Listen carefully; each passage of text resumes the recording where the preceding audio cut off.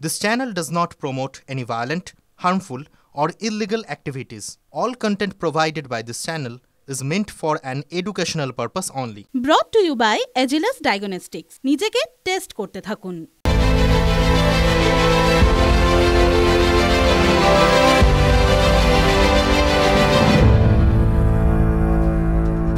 ঠোঁটকাটা স্পেশালে মুনমুন সেন ও তার পরিবারের প্রতি আমাদের সমবেদনা। জীবন সঙ্গীকে হারিয়েছেন মুনমুন সেন, প্রয়াত হয়েছেন ভরত দেববর্মন। শেষ যাত্রার ছবি দেখছেন আপনারা। দুই মেয়েও ছুটে এসেছেন বাবার প্রয়াণের খবরে। খবরটা শুনে সকালেই বাড়িতে পৌঁছে গিয়েছিলেন মুখ্যমন্ত্রী মমতা ব্যানার্জি, সমবেদনা জানাতে, পাশে থাকতে।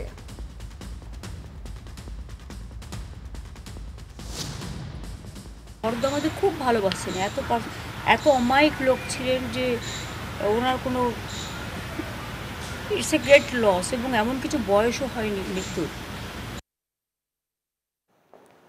মুখ্যমন্ত্রী বললেন মুনমুন ও রিয়া রাইমা ফিরলে তাদের গ্রিন করিডোর করে এয়ারপোর্ট থেকে বাড়ি পর্যন্ত পৌঁছে দেওয়া হবে।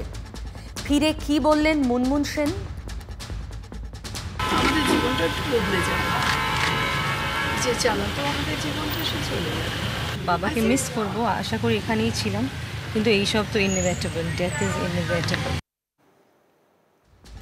মুনমুন রাইমা ফেরার পর আবার সন্ধে ওদের বাড়িতে গিয়েছিলেন মুখ্যমন্ত্রী।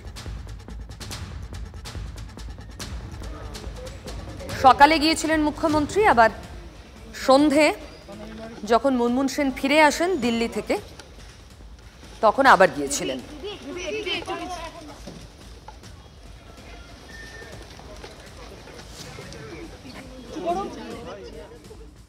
সুচিত্রা সেনের প্রতি গভীর অনুরাগ ছিল মুখ্যমন্ত্রীর। কিংবদন্তি নায়িকার প্রয়াণে শেষকৃত্যের যাবতীয় ভার নিয়েছিল রাজ্যের সরকার। আজ শোকের দিনেও কন্যা মুনমুনের পাশে থাকলেন মুখ্যমন্ত্রী, করে দিলেন গ্রিন করিডোরের ব্যবস্থা। দুবার বাড়ি গিয়ে দেখা করলেন, পাশে মুখ্যমন্ত্রী। বাংলার প্রতিটি মানুষ এভাবেই যদি প্রশাসনকে, সরকারকে পাশে পেত, কি ভালোই না হতো, তাই না? প্রতিদিন নিজেকে টেস্ট করতে থাকা উচিত, কারণ টেস্ট করেই মানুষ ফিট থাকতে পারে। তাই যখন হেলথ টেস্টের কথা আসে তখন আমি ভরসা করি India's largest diagnostics company Agilus Diagnostics. নিজেকে টেস্ট করতে থাকুন। সকলের সতর্ক থাকা উচিত। সতর্ক পুরো চেয়ারম্যান মিত্র সাহেব কি তাই তড়িঘড়ি রাস্তায় নামলেন গরু ধরতে? আরে অশোক কুমার মিত্রের কথা বলছি, বালুরঘাটের পুরো চেয়ারম্যান। তিনি এখন সব ছেড়ে গরুর পিছনে ছুটছেন। কি দিনকাল বলুন, লোক লস্কর নিয়ে পুরো চেয়ারম্যানকে লরিতে গরু তুলতে হচ্ছে। আগে দেখেছেন এমন ছবি? দেখাচ্ছি।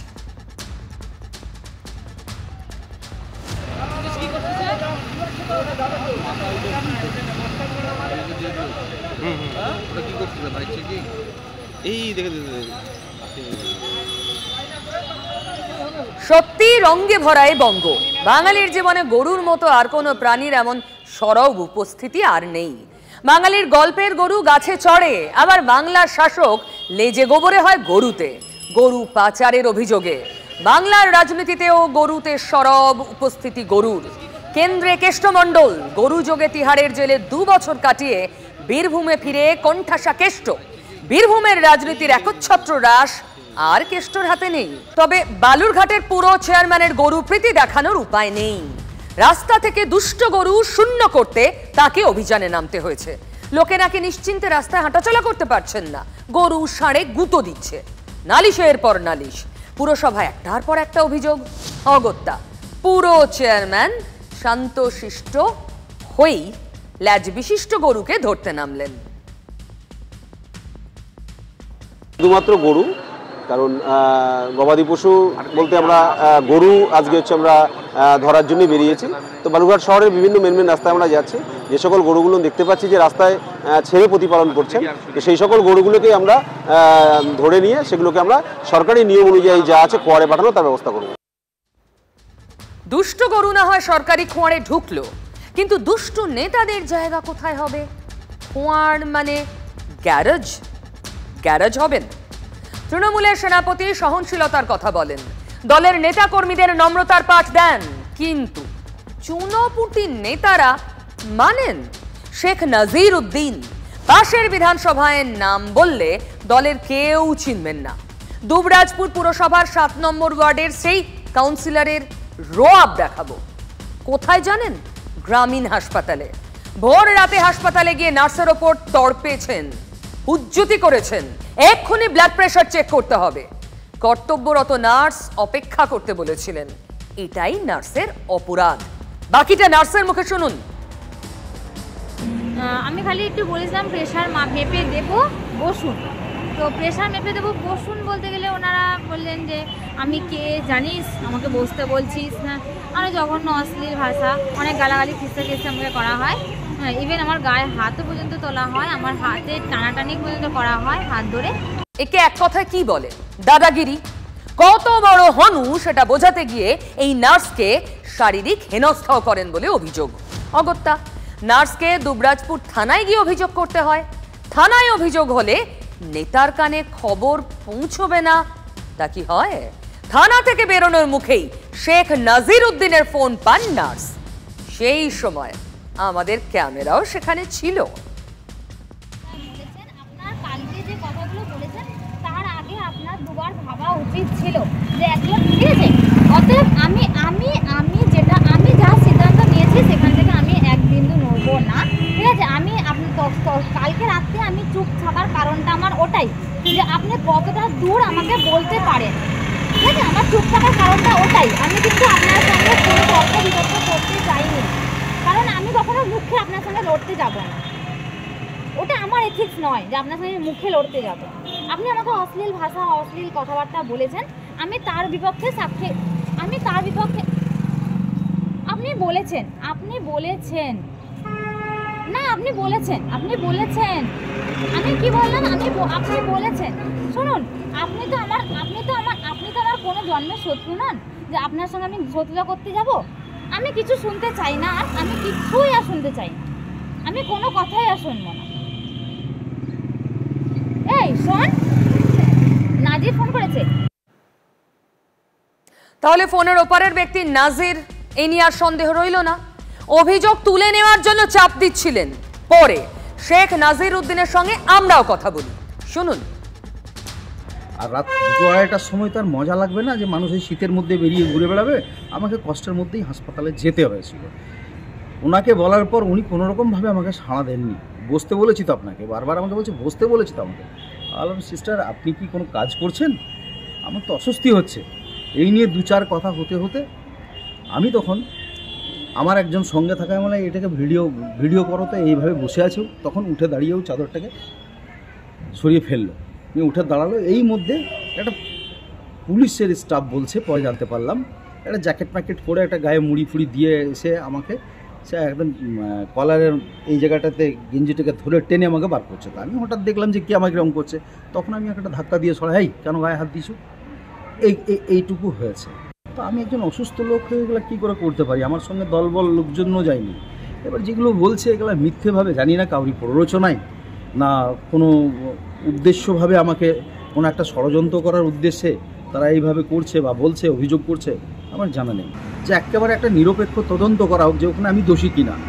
আমি একটা ট্রিটমেন্ট করাতে গিয়ে যদি আমি কোনো রকমভাবে যদি এই যে অভিযোগগুলো করছে সেগুলো যদি সত্য প্রমাণ হয়, আইন যা শাস্তি দেবে আমি ঘাড় পেতে নেব। কারণ এই মিথ্যেভাবে আমাকে একটা ব্লেম দেওয়া হচ্ছে, বিরোধীরা আঙুল তুলছে। এটা বিরোধীদেরই চক্রান্ত। সব ক্ষেত্রে যা হয় এক্ষেত্রেও তাই, সবেতেই চক্রান্ত দেখা যায়।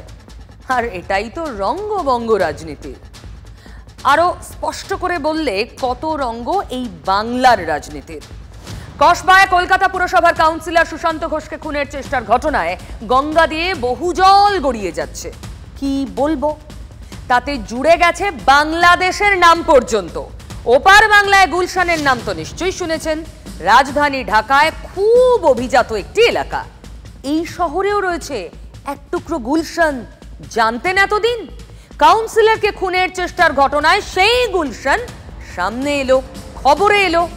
বিজেপির অভিযোগ, এই কলকাতার গুলশান কলোনি এখন হয়ে উঠেছে বাংলাদেশি অনুপ্রবেশকারীদের ডেরা, তাদের সেফ হেভেন।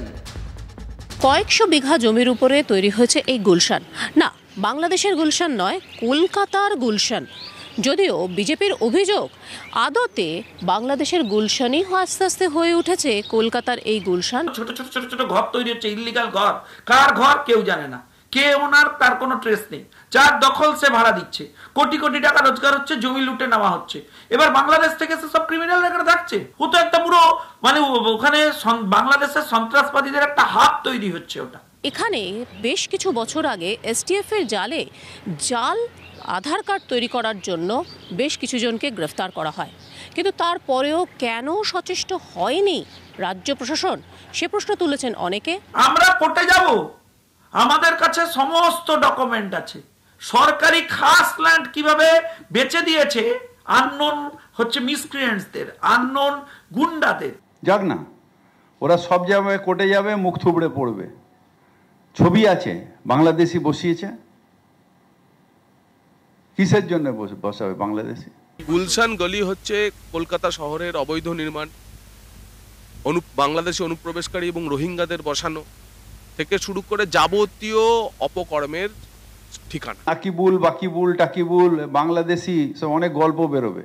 গুলশান কলোনিতে একেবারে স্পষ্ট পুলিশ, তৃণমূলের নেতা তাদের যোগসাজশে কাণ্ড ঘটছে এবং কোটি কোটি টাকা উঠছে। শাসক দল রয়েছে, পুলিশ, স্থানীয় থানা রয়েছে, তাদের গোচরে, তাদের জানা অবস্থাতেই সবকিছু হচ্ছে। বাংলাদেশ থেকে লোক ঢুকে পড়ছে বিএসএফ এর ব্যর্থতার জন্য। বিএসএফ বর্ডার থেকে 30 কিলোমিটার দূরে পর্যন্ত চেকপোস্ট করছে, তারপরেও সেটা ধরতে পারছে না। পুলিশের কাছে ইন্টেলিজেন্স নেই যে তৃণমূলের কাউন্সিলর তাকে খুন করতে আসছে কোন মুঙ্গের থেকে না কোথা থেকে। তোমার কাছে বাবা ধন, তোমাদের কাছে খবর নেই। যদি বাইরে থেকে লোক ঢুকে থাকে অন্য দেশ থেকে, তো তাহলে তার জন্য কৈফিয়ত দেওয়া উচিত কেন্দ্রের স্বরাষ্ট্র দপ্তরের। সেটা কোনোভাবেই রাজ্য সরকারের জুরিসডিকশনেই পড়ে না। আমরা এখানে এসে গুলশান কলোনির প্রচুর বাসিন্দাদের সঙ্গে কথা বলছিলাম। তাদের বক্তব্য, যদি এরকম কিছু হয়েও থাকে এবং অনুপ্রবেশকারীরা সত্যিই যদি এসে থাকেন, তাহলে সরকারের পদক্ষেপ করা উচিত। এত বড় মানে ঘনষ্ঠ আবাদি আছে, এর মধ্যে কে আসছে, কে কার ঘরে থাকছে, এটা তো আমাদের পক্ষে সম্ভব নয়। প্রত্যেকের বাড়ি তো ঢুকে ঢুকে দেখবো না, কে বাংলাদেশে এসে ঢুকে যাচ্ছে না ঢুকছে সেটা তো আমরা জানি না। প্রশাসন উচিত আছে, প্রশাসন সেটা দেখছে, করছে। এরা না প্রশাসন করছে না, প্রশাসন সেটাও করছে।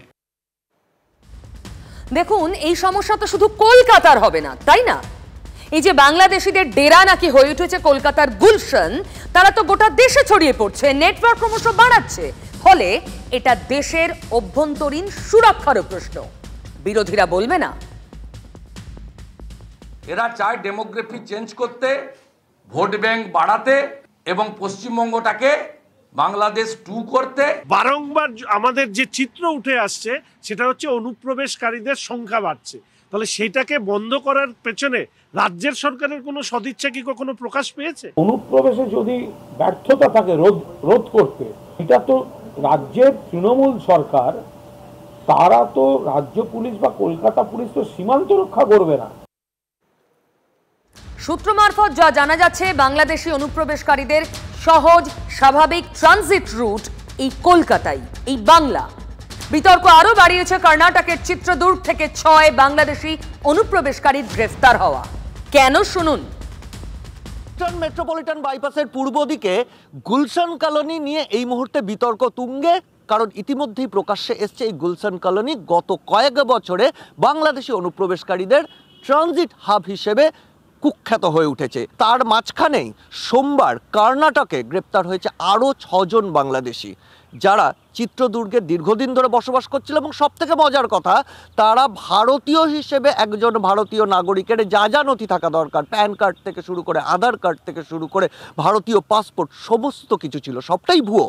বাংলাদেশি নাগরিক হিসেবে তারা কোনো চক্রের সাহায্যে সেই সমস্ত নথি জোগাড় করেছিল এবং ভারতীয় নাগরিক হিসেবে চিত্রদুর্গে তারা থাকছিল। তাদেরকে গ্রেপ্তার করা হয়েছে এবং তাদের জেরা করে উঠে এসছে তারা ঢুকেছিল পশ্চিমবঙ্গ সীমান্ত দিয়ে বাংলাদেশ থেকে, এবং ঢোকার পরে কলকাতা লাগোয়া কোনো এলাকায় তারা দীর্ঘদিন ছিল, যেখান থেকে তাদের এই সমস্ত নথিপত্র তৈরি করে দেওয়া হয়। ব্যাপারটা অত্যন্ত সিরিয়াস। বুঝতে পেরেই কি শাসক নেতারা ষড়যন্ত্রের তত্ত্ব খাড়া করছেন? শুধুমাত্র পশ্চিমবঙ্গের বা আমাদের এখানে কলকাতাতেই হচ্ছে কথা ঠিক না, এরকম ঘটনা আরও অনেক হয়েছে, আমাদের বিভিন্ন রাজ্য থেকেও অনেক ঘটনা ঘটেছে। শুধুমাত্র পশ্চিমবঙ্গকে হাইলাইট করা হচ্ছে, এটা আমি বুঝতে পারছি না কেন করা হচ্ছে। এর মধ্যে আপনাদের জানিয়ে রাখি, কসবা কাণ্ডে ব্যবহৃত যে স্কুটার অবশেষে তা পেয়েছে পুলিশ। সুশান্ত ঘোষের ওপর হামলা চালাতে আততায়ীরা এই স্কুটারে চেপে এসেছিল।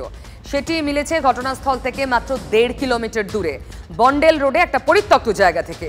আর সিসিটিভি থেকে আগেই সামনে এসেছিল সুশান্তকে মারতে স্কুটারে করে 2 দুষ্কৃতী তার বাড়ির সামনে গিয়েছিল।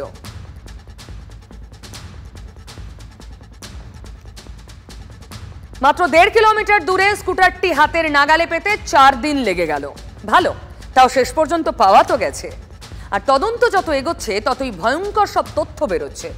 কসবা কাণ্ডে ধৃত যুবরাজ আর গুলজারকে জেরা করে তদন্তকারীরা জানতে পেরেছেন বিহারের পাপ্পু গ্যাংয়ের সদস্যদের নানা কীর্তি। মহিলাদের সংযোগ থাকতে পারে এই গ্যাংটার সঙ্গে। কি ব্যাপার দেখুন। কোথাও কোনো অপরাধ বা দুষ্কৃতিমূলক কার্যকলাপ করতে গিয়ে এই পাপ্পু গ্যাংয়ের সদস্যরা যদি কোনো তদন্তকারী সংস্থা বা কোনো পুলিশের হাতে ধরা পড়ে যায়, সেক্ষেত্রে এই পাপ্পু গ্যাংয়ের অপর যারা সদস্যরা রয়েছেন তাদের পরিচয় বা তাদের অবস্থান বা তারা কোথায় রয়েছে এই সংক্রান্ত তথ্য পুলিশ যাতে সহজে জানতে না পারে, সে কারণেই কিন্তু এই পাপ্পু গ্যাংয়ের সদস্যরা নিজেদের গ্যাংয়ের যারা পুরুষ সদস্যরা রয়েছেন তাদের নাম বিভিন্ন মহিলাদের নাম দিয়ে মোবাইলে সেভ করে রাখতেন। আর সেখান থেকে এই তদন্তকারীরা এখন এই গুলজার আর যুবরাজ কাদের কাদের সঙ্গে কথা বলেছেন সেই বিষয়গুলো যাচাই করার কাজ চালাচ্ছেন বা সেই তথ্য জানার চেষ্টা চালাচ্ছেন। দেখুন, 2টো মারাত্মক অভিযোগ সামনে এসেছে। এক, কসবার অভ্যন্তরীণ রাজনীতি, জমি হাঙরদের দাপাদাপি, আর 2, বাংলাদেশ কানেকশন। বিল্ডিং করলে হায়দার আলীর পারমিশন, জমি প্লটিং করলে হায়দার আলী পারমিশন।